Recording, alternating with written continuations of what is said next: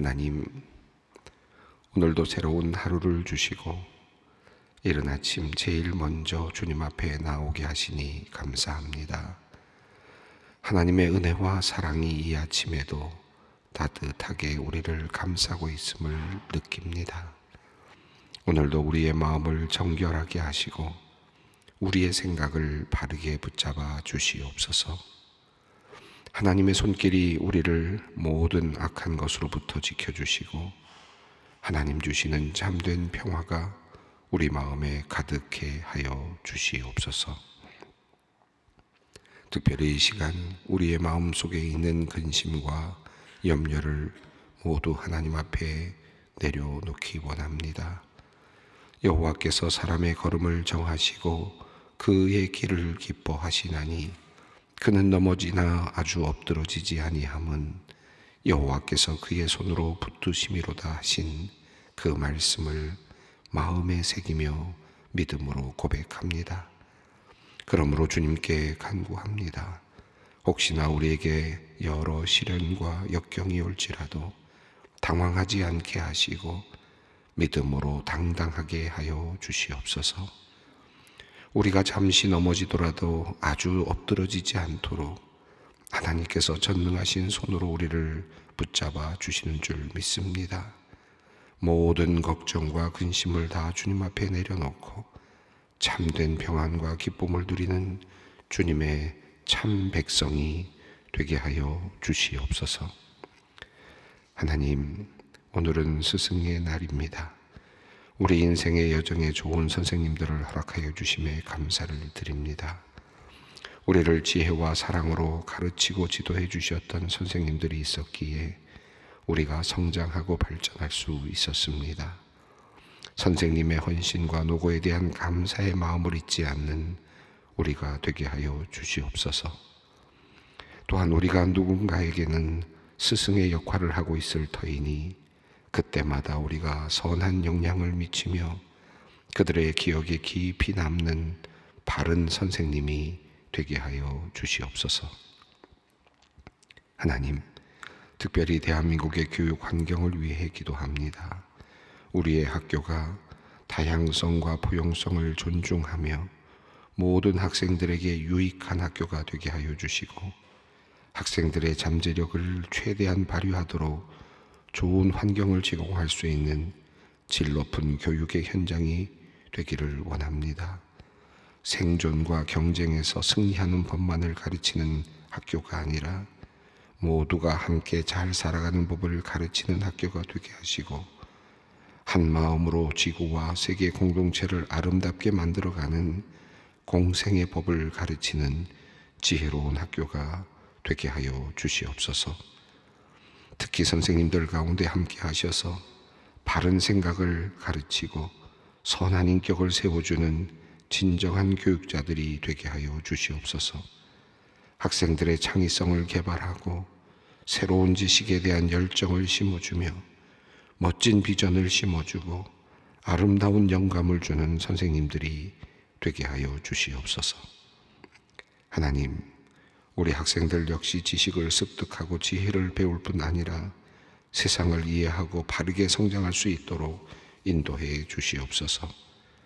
그래서 대한민국의 미래가 지금보다 더 밝아지는 좋은 나라, 이웃을 섬기는 나라, 하나님이 기뻐하시는 나라가 될 수 있도록 이끌어 주시옵소서.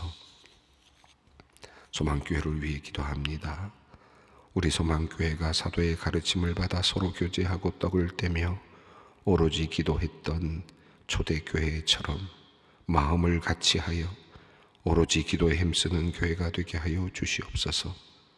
하나님을 찬미하며 온 백성에게 칭송을 받는 교회가 되게 하여 주시고 구원받는 사람이 날마다 더해져가는 복된 교회가 되게 하여 주시옵소서. 특별히 우리 소망교회에서 가르침의 사역을 감당하는 모든 교육자들과 교회 학교 교사들을 영육간의 강건함으로 붙들어 주시옵소서. 모든 사역마다 하나님께서 친히 동행하여 주시기를 기도합니다. 나사렛 예수님에게 성령을 기름 붓듯 하셨다는 말씀처럼 모든 교육자들과 또 가르치는 사역 위에 있는 모든 사람들에게 하나님 언제나 위로부터 부어주시는 성령의 기름 부으심이 있게 하여 주시옵소서. 말씀을 선포할 때마다 갑절의 영감과 성령의 능력을 허락하여 주시옵소서. 그래서 소망교회가 말씀과 기도로 더욱 전진할 수 있는 성령의 능력 안에 있는 교회가 되게 하여 주시옵소서. 하나님, 성도들을 위한 단원의 기도를 드립니다. 사랑하는 동생을 위해 기도하는 권사님의 기도를 들어주시옵소서. 자궁 말기암 진단받고 순조롭게 항암 치료를 받아왔으나 횟수가 거듭되며 여러 부작용으로 현재 치료가 중단된 상태입니다. 통증도 심하여 약물의 도움을 받고 있지만 이 또한 얼마나 계속할 수 있을지 염려되는 상황입니다. 지금은 고통 중에 있지만 단련하신 후에는 정금같이 나오게 하실 하나님만을 의지하오니 주께서 깨끗게 하여 주시옵소서. 질병과 힘겨운 싸움을 싸우고 있는 은퇴 장로님을 위해 기도합니다. 신장의 기능도 다하고 심장마저 약해진 상황에서 힘든 시간을 보내고 있습니다. 지난밤 그래도 혈압이 정상으로 돌아오게 하심을 감사합니다. 주께서 은혜를 베푸셔서 기력을 회복해 하시고 모든 기능이 정상으로 돌아오게 하여 주시옵소서. 많은 성도들이 간절한 마음으로 주님의 선하시고 인자하심을 간구하오니 은혜를 베풀어 주시옵소서. 다리골절로 치료를 받고 있는 권사님을 위해 기도합니다.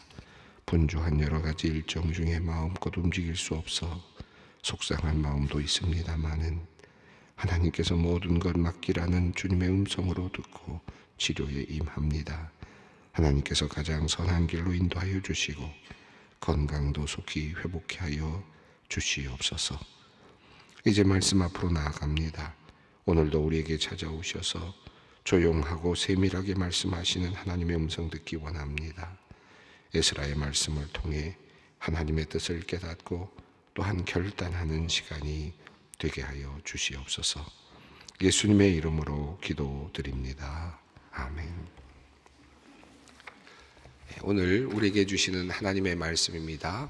에스라서 6장 1절로 12절까지 말씀입니다. 에스라서 6장 1절로 12절까지 말씀 함께 봉독하겠습니다. 이에 다리오 왕이 조서를 내려 문서 창고 곧 바벨론 보물을 쌓아둔 보물 전각에서 조사하게 하여 메데도 악베다 궁정에서 한 두루마리를 찾았으니 거기에 기록하였으되 고레스 왕 원년에 조서를 내려 이르기를 예루살렘에 있는 하나님의 성전에 대하여 이르노니 이 성전 곧 제사 드리는 저소를 건축하되 지대를 견고히 쌓고 그 성전의 높이는 60규빗으로 너비도 60규빗으로 하고 큰 돌을 3켜에 새 나무 1켜를 놓으라. 그 경비는 다 왕실에서 내리라. 또 느부갓네살이 예루살렘 성전에서 탈취하여 바벨론으로 옮겼던 하나님의 성전 금, 은 그릇들을 돌려보내어 예루살렘 성전에 가져다가 하나님의 성전한 각기 제자리에 둘지니라 하였더라. 이제 유브라데 강 건너편 총독 다뜨네와 스달보스네와 너희 동관 유브라데 강 건너편 아바삭 사람들은 그곳을 멀리하여 하나님의 성전 공사를 막지 말고 유다 총독과 장로들이 하나님의 이 성전을 제자리에 건축하게 하라. 내가 또 조서를 내려서 하나님의 이 성전을 건축함에 대하여 너희가 유다 사람의 장로에게 행한 것을 알리노니 왕의 제산 곧 유브라데 강 건너편에서 거둔 세금 중에서 그 경비를 이 사람들에게 끊임없이 주어 그들로 멈추지 않게 하라. 또 그들이 필요로 하는 것 곧 하늘의 하나님께 드릴 번제의 수송아지와 숫양과 어린 양과 또 밀과 소금과 포도주와 기름을 예루살렘 제사장의 요구대로 어김없이 날마다 주어 그들이 하늘의 하나님께 향기로운 제물을 드려 왕과 왕자들의 생명을 위하여 기도하게 하라. 내가 또 명령을 내리노니 누구를 막론하고 이 명령을 변조하면 그의 집에서 들보를 빼내고 그를 그 위에 메어 달게 하고 그의 집은 이로 말미암아 거름더미가 되게 하라. 만일 왕들이나 백성이 이 명령을 변조하고 손을 들어 예루살렘 하나님의 성전을 할진대 그곳에 이름을 두신 하나님이 그들을 멸하시기를 원하노라. 나 다리오가 조서를 내렸느니 신속히 행할지어다 하였더라. 아멘. 예, 오늘 말씀은 다리오 왕에게 이스라엘 백성들이 지금 성전을 짓고 있는데 이 성전이 어떻게 된 것인지 한번 알아보십시오라고 하는 방백들의 그 뭐라 그럴까요? 서신이 올라가게 되었고 그 서신에 대해서 지금 다리오 왕이 어떻게 행하였는지를 알려주고 있는 내용입니다. 참 놀랍게도 하나님의 성전이 지어지고 있는 상황 속에서 이스라엘 백성들은 도리어 아직 때가 이르지 않았다라고 생각을 하고 주춤하고 있었던 때였는데 하나님께서 하나님의 열심으로 일을 하시는 것을 이제 우리가 이 본문을 통해서 깨닫게 됩니다. 먼저는 이스라엘 백성들이 여러 방해와 주변 사람들의 방해와 또 여러 가지 또 공작과 같은 그런 일들을 벌이면서 또 의기소침해져 있었고 또 힘을 잃어가고 있었습니다. 그리고 또 아직은 아니다라고 하는 그런 생각이 들었는데 하나님께서는 학개와 스가랴를 통해서 하나님께서 성전을 짓기를 원하신다라고 하는 마음을 불어넣어 주셨고요. 또 그것뿐만 아니라 주변의 환경을 하나님께서 이제 만들어 가고 계심을 보게 됩니다. 사실 처음부터 고레스 원년에 하나님께서 이스라엘 백성들을 포로에서 돌려보내실 때 그것 자체가 하나님의 역사셨죠. 그러니까 하나님께서 이미 하나님의 힘으로 하나님의 능력으로 일을 진행하셨습니다. 그러니까 성전을 지으라라고 하는 명령, 다시 말하면 성전을 회복하라고 하는 명령은 하나님의 뜻이었습니다. 그리고 하나님께서 그 뜻을 이루도록 모든 조건들을 지금 이루어가고 계십니다. 다만 지금 인간의 현실이, 이스라엘 백성들의 현실이 녹록치는 않습니다. 쉽게 그렇게 성전을 지을 만한 형편은 아니었는데 이제 하나님께서는 그 형편들을 또 다른 방식으로 이제 펴주시고 그리고 또 이끌어 주신 것을 보게 됩니다. 자, 왕에게 이제 편지가 올라갔습니다. 서신이 올라갔습니다. 이스라엘과 예루살렘 주변을 다스리고 있었던 또 방백들이 또 지도자들이 이 다리오 왕에게 지금 예루살렘에서 공사가 진행되고 있는데 알고 계십니까? 이거에 대해서 분명한 어떤 지침이 있습니까? 그런 의미로 서신을 보냈죠. 자, 이 서신에 대해서 이제 다리오 왕은 반응을 하였습니다. 어떻게 반응하였는지 그리고 어떤 결과를 갖고 왔는지 그것이 오늘 본문의 내용입니다. 자, 1절 말씀입니다. 6장 1절 말씀 읽겠습니다. 이에 다리오 왕이 조서를 내려 문서 창고 곧 바벨론의 보물을 쌓아둔 보물 전각에서 조사하게 하여 자, 이제 다리오 왕이 그 이야기를 듣고 반응을 하였는데 조서를 내렸습니다. 문서 창고들이 있었는데 바벨론의 보물을 쌓아둔 보물 정각, 그러니까 바벨론이라고 하는 도시에 또 땅이기도 하지만 바벨론이라는 도시이죠. 바벨론이라고 하는 이 도시에 지금 보물 창고가 하나 있었는데 거기에 혹시 어떤 그 지침이 있었는지를 찾아보라라고 명령을 내렸고, 자, 그런데 아마도 그 바벨론 그 보물 창고에서는 그 지침이 발견되지는 않았던 것 같습니다. 조사하게 하였다라는 말이 나오는데 아마 다른 곳에서도 찾도록 했던 것 같습니다. 2절 말씀입니다. 메대도 앙메다 궁정에서 한 두루마리를 찾았으니 거기에 기록하였으되, 메대도라는 말은 이제 메대 지역입니다. 메대라고 하는 지역에 있는 앙메다 궁입니다. 그 당시 그 바벨론의 그 바사에는, 페르시아에는 크게 4개의 큰 왕궁 도시가 있었던 것으로 알려지는데 바벨론이라고 하는 지역, 그리고 페르세폴리스라고 하는 지역, 그리고 수사라고 알려진 지역, 그리고 앙메다라고 하는 엑바타나라고 하는 곳인데요. 앙메다라고 이렇게 우리가 번역이 됐습니다만은 이 4곳에 궁이 있었고 또 보물창고가 있었던 것으로 그러니까 큰 도성이었습니다. 에스더서에 나오는 궁이 하나 있는데 그게 페르시아의 수산궁이죠. 그러니까 수산이라는 곳, 또 앙메다, 바벨론 이런 이제 궁들이 나오는데 지금 앙메다 궁에서 아마도 고레스가 그 조서를 발표했을 때 앙메다 궁에서 했을 가능성이 있을 것 같습니다. 자, 메대 지역에 있는 앙메다 궁에서 발견이 하나가 되었습니다. 두루마리가 하나 발견이 되었습니다. 자, 거기에 어떤 내용이 기록되어 있었는가? 이제 지금 이것은 고레스 왕이 칙령을 내렸던 고레스 왕의 명령이겠죠. 고레스 왕이 어떤 명령을 내렸는지 그것이 두루마리에 잘 적혀 있었습니다. 그 내용이 3절부터 이어지는 내용이고 5절까지 이어지는 내용입니다. 자, 고레스 왕이 어떤 명령을 하였는지 우리는 다 알고 있죠. 이미 성경을 읽어서 앞서서 이미 읽었기 때문에 알고 있지만 당시의 다리오 왕은 지금 까맣게 잊혀진 역사를 다시 되찾고 있습니다. 3절 말씀을 읽습니다. 고레스 왕 원년에 조서를 내려 이르기를 예루살렘에 있는 하나님의 성전에 대하여 이르노니 이 성전 곧 제사 드리는 처소를 건축하되 지대를 견고히 쌓고 그 성전의 높이는 60규빗으로 너비도 60규빗으로 하고. 자, 고레스 원년에 페르시아가 이제 시작이 되고 고레스가 완전히 모든 것들을 다 점령하고 통치를 시작하던 그 지점에서 고레스 왕은 모든 나라 민족들의 그 종교를 인정하는 방향으로 정책을 세웠습니다. 그 중에 또 하나가 예루살렘 이스라엘 백성들의 종교를 인정하는 것이었고요. 그리고 이 페르시아는 각 사람들의 주변국에 있는 종교들 또 그들이 믿고 있는 신을 통해서 그 나라를 위해서 기도할 수 있도록 또 제사를 드릴 수 있도록 그렇게 정책을 펴갑니다. 그러니까 큰 포용 정책이라고 할 수 있겠고 또 각자 그들의 고향에서 이렇게 그 나라 큰 나라를 섬길 수 있도록 하는 그런 정책을 펴게 됩니다. 그것의 일환으로 이제 이스라엘 백성들도 돌아오게 하는데 아마도 이 조서가 단순하게 그냥 하나의 원칙만을 낸 것이 아니라 이스라엘이면 이스라엘에 대한 정책 이 모든 것들이 아마 하나씩 정리가 되어 있었던 것으로 보여집니다. 그래서 고레스 원년에 이스라엘 지역의 예루살렘에 어떤 일이 있어야 돼 어떻게 결정이 났는지에 대한 내용이 구체적으로 설명이 되어 있는 것을 볼 수 있습니다. 자, 예루살렘에 있는 성전에 대해서 그러니까 예루살렘 성전이 이미 다 파괴가 되어 있습니다. 자, 그런데 예루살렘에 있었던 그 성전을 회복하라는 것입니다.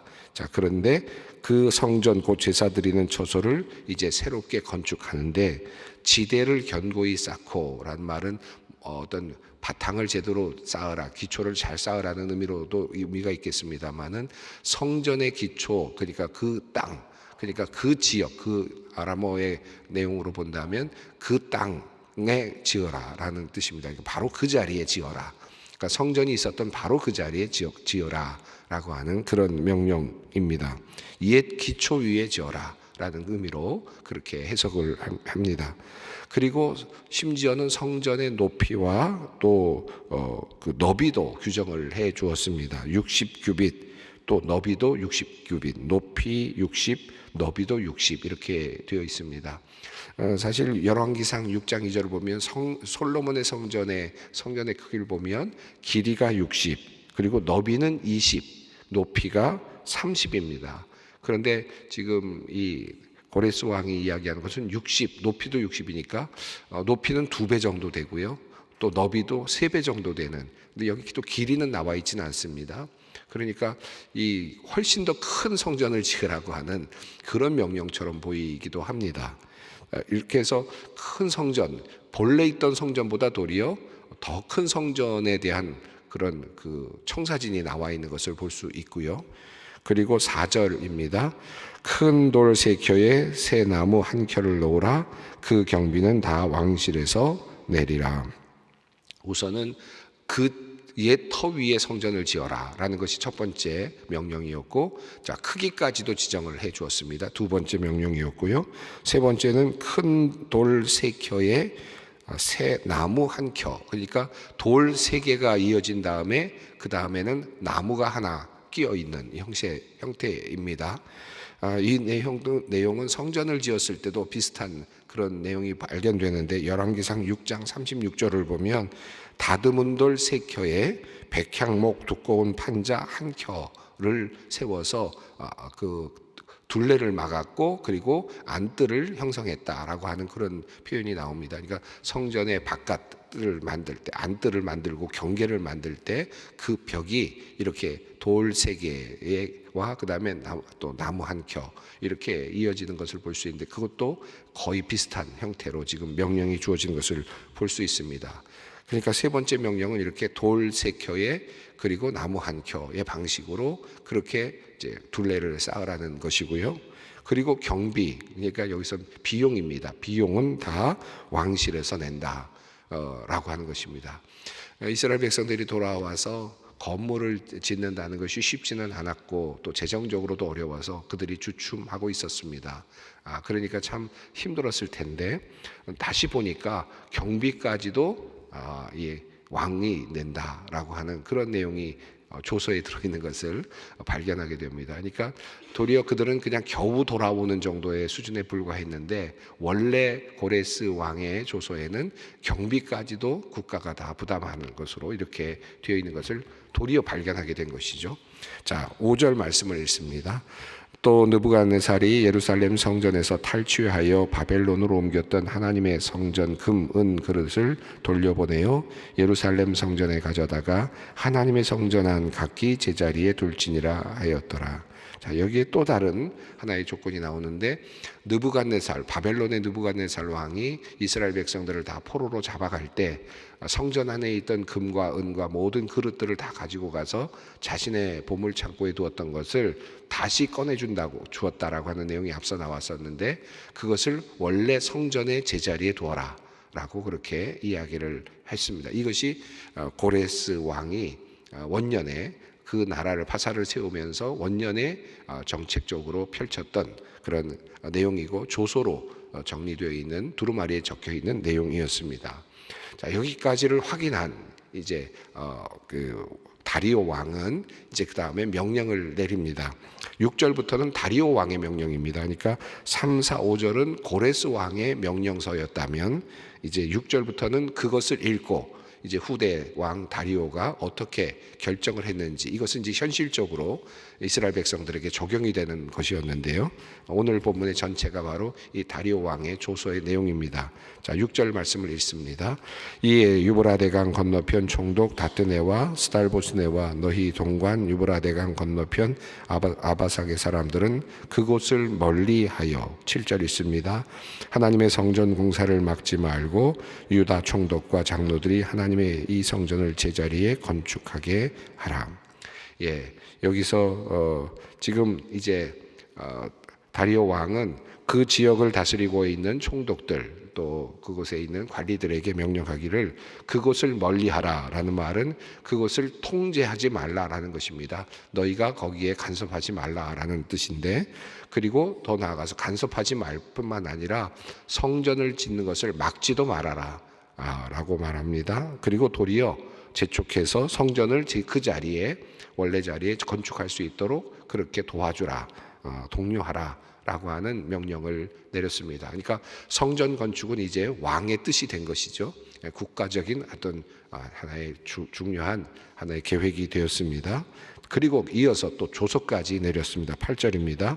내가 또 조서를 내려서 하나님의 이 성전을 건축함에 대하여 너희가 유다 사람들의 장로들에게 행할 것을 알리로니 왕의 재산 곧 유브라데 강 건너편에서 거둔 세금 중에서 그 경비를 이 사람들에게 끊임없이 주어 그들로 멈추지 않게 하라. 그러니까 그 지역, 그러니까 그 식민 지역일 텐데 그 유브라데강 건너편에 있는 식민 지역에서 거둔 세금 중에서 일부를 예루살렘 성전을 건축하는데 도움을 주라라고 하는 것입니다. 또 어떤 도움을 주라고 했느냐 하면 9절입니다. 또 그들이 필요로 하는 것 하나님께 드릴 번제의 송아지와 숫향과 어린 양과 또 밀과 소금과 포도주와 기름을 예루살렘 제사장의 요구대로 어김없이 날마다 주어.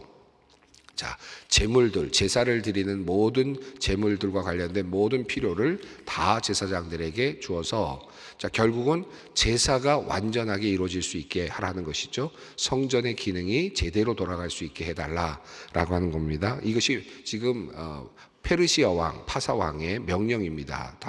다리오 왕의 명령인데요. 자, 10절입니다. 그 목적은 이렇게 이어집니다. 그들이 하늘의 하나님께 향기로운 제물을 드려 왕과 왕자들의 생명을 위하여 기도하게 하라. 그러니까 페르시아 왕과 왕자들의 생명을 위해서 예루살렘 성전에서 기도가 이루어질 수 있기를 바란다는 것이 지금 왕의 명령입니다. 이 다리오 왕은 그러니까 예루살렘 성전에서 기도가 드려지는 것이 효과가 있다라고 생각을 했다고 볼 수 있겠죠. 물론 자기와 그 왕권을 이어가기 위한 어떤 개인 목적이 있었지만, 그런데 예루살렘이라고 하는 성전에서 제사가 드려지는 것이 능력이 있을 거다라고 하는 확신이 있었던 것 같습니다. 그러니까 속히 하라고 했고 모든 것을 다 공급하라고까지 이야기를 했습니다. 그러니까 지금 이 왕은 그냥 하기 싫은데 하라는 게 아니라 이게 나라에 도움이 되는구나 라는 생각을 하고 지금 이렇게 적극적으로 협력을 하라는 겁니다. 그리고 더 나아가서 변조되거나 중단되는 것을 막습니다. 11절과 12절 읽습니다. 내가 또 명령을 내리노니 누구를 막론하고 이 명령을 변조하면 그의 집에서 들보를 빼내고 그를 그 위에서 메어 달게 하고 그의 집은 이로 말미암아 거름더미가 되게 하라. 만일 왕들이나 백성이 이 명령을 변조하고 손을 들어 예루살렘 하나님의 성전을 헐진대 그곳에 이름을 두신 하나님이 그들을 멸하시기를 원하노라. 나 다리오가 조서를 내렸노니 신속히 행할지어다 하였더라. 예. 변조하거나 또는 늑장을 부리거나 하는 것에 대한 엄벌을 처할 것에 대한 이야기를 합니다. 이 11절과 12절이 나오는 이유는 아마도 다리오가 이 왕의 명령, 고레스의 명령이 있은 다음에 왜 이것이 더디게 이루어졌는지를 아마 알게 된 것 같습니다. 많은 방해와 또는 조작과 같은 것들, 변조 이런 것들이 일어나서 그것이 더디게 일어났었다는 사실을 깨닫게 된 것이죠. 그러니까 이런 일이 다시는 일어나지 못하도록 확실하게 해두는 그런 의미가 있었다고 보여집니다. 그리고 흥미롭게도 어느 왕이든지, 이것은 이제 후대 왕들을 의미하겠죠. 또 이어지는 많은 또 백성들이 이 명령, 지금 이 왕의 명령을 또 훼손하게 된다면 그 이스라엘의 하나님이 징벌하기를 원한다, 벌을 내리시기를 원한다 라고 할 정도로 그 하나님에 대한 신뢰, 또 그 성전을 짓고자 하는 열의를 보여주고 있습니다. 자, 이 이야기의 흐름을 보면서 우리가 오늘 깨닫게 되는 것은 이스라엘 백성들에게 포로에서 돌아올 수 있도록 하나님께서 허락하시고 이제 성전에서 예배하는 민족으로 다시 돌아오게 하시는 하나님께서는 이스라엘 백성들이 주춤하고 또 여러 가지 방해 때문에 제대로 일을 하지 못하고 있는 상황 속에서 이제 하나님의 방법으로 이제 성전을 건축할 수 있도록 이끌어 가시는 것을 봅니다. 다른 민족의 왕을 통해서 하나님께서는 이를 이루어 가시고 하나님의 성전이 예루살렘 성전, 예루살렘에 다시 세워지기를 원하고 계시는 것을 봅니다. 하나님의 열심히 이루신다라는 말씀이 꼭 맞다라는 생각을 하게 됩니다. 우리가 비록 힘들고 어려움을 겪고 또 우리가 하나님의 성전을 제대로 짓지 못하고 또 우리가 예배자로 서지 못할 때도 있는데, 하나님께서는 우리가 진정한 예배자로 서기를 원하고 계시고 다른 주변 환경을 만들어서까지도 또 다른 여건을 하나님께서 변화시켜서까지도 하나님께서는 우리가 진정한 예배자가 되기를 원하신다라고 하는 사실을 또 이 말씀을 통해서 또 알게 됩니다. 하나님의 열심은 우리로 하여금 진정한 예배자가 되게 하려는 것이다 라는 마음으로 우리가 또 오늘도 예배의 자리에, 기도의 자리에 함께 나가도록 하겠습니다. 하늘에 계신 우리 아버지의 이름을 거룩하게 하시며 아버지의 나라가 오게 하시며 아버지의 뜻이 하늘에서와 같이 땅에서도 이루어지게 하소서. 오늘 우리에게 일용할 양식을 주시고 우리가 우리에게 잘못한 사람을 용서하여 준 것 같이 우리 죄를 용서하여 주시고 우리를 시험에 빠지지 않게 하시고 악에서 구하소서. 나라와 권능과 영광이 영원히 아버지의 것입니다. 아멘.